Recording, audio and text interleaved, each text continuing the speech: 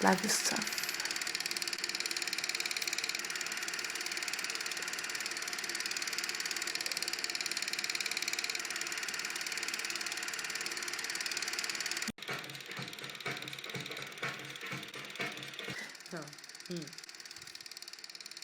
Så lige pludselig så bliver det rigtig vigtigt for en at have nogle sådan, hvad hedder sådan noget, et fundament, noget basalt, noget grundlæggende, som gør, at man har noget. Ja, jeg kan ikke engang, jeg kan ikke formulere mig overhovedet lige nu, som jeg gerne vil. Men i hvert fald, der skal bare ske noget. Jeg er fucking myre i trussen, jeg kan slet ikke, det kan jeg ikke. Jeg kan ikke lægge mig tilbage og sige sådan her, det er sådan, det skal være de næste par år. Og det er ikke noget med ham at gøre overhovedet. Men jeg ved bare, hvis det var, jeg tror bare, at jeg tænkte så meget over det. Det tog mig et halvt år at komme til den beslutning. Det der med, jeg tror bare, at hvis jeg ikke er reel nu, og ikke er fair over for den følelse, jeg går og brænder med indeni, så tror jeg bare, at den vil komme til udtryk på et senere tidspunkt, som vil være endnu mere fuckfladig.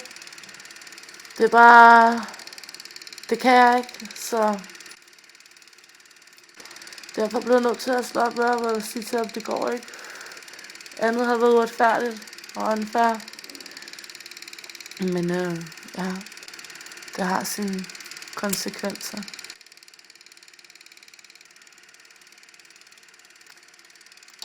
Men ham der, Ryan Dunn, hedder han ikke det, ham fra Jackass? Ham der, den blonde fyr, ham der lidt viking-like. Ryan Dunn. Han hedder Ryan Dunn. Han kørte galt på motorvejen og døde rigtig hurtigt. Og der blev sådan helt, jeg blev rigtig ked af det, uden egentlig, du ved, jeg kender ham ikke, og jeg har set Jackass The Movie 1, jeg tror der blev lavet, jeg ved ikke hvor mange, utalligvis. Men stadig, jeg blev sådan helt rørt over, at han var død. Men så tænkte jeg gerne ikke, manden ikke, han har virkelig, hvad jeg hører, så kan han galt totalt brændstiv, og han har været inde og Twitter og alt muligt, og været helt på.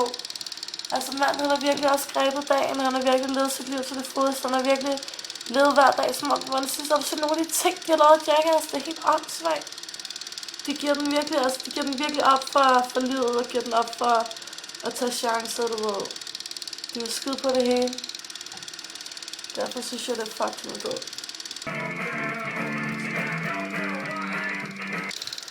Intet er forbi, før er det forbi. Men ja.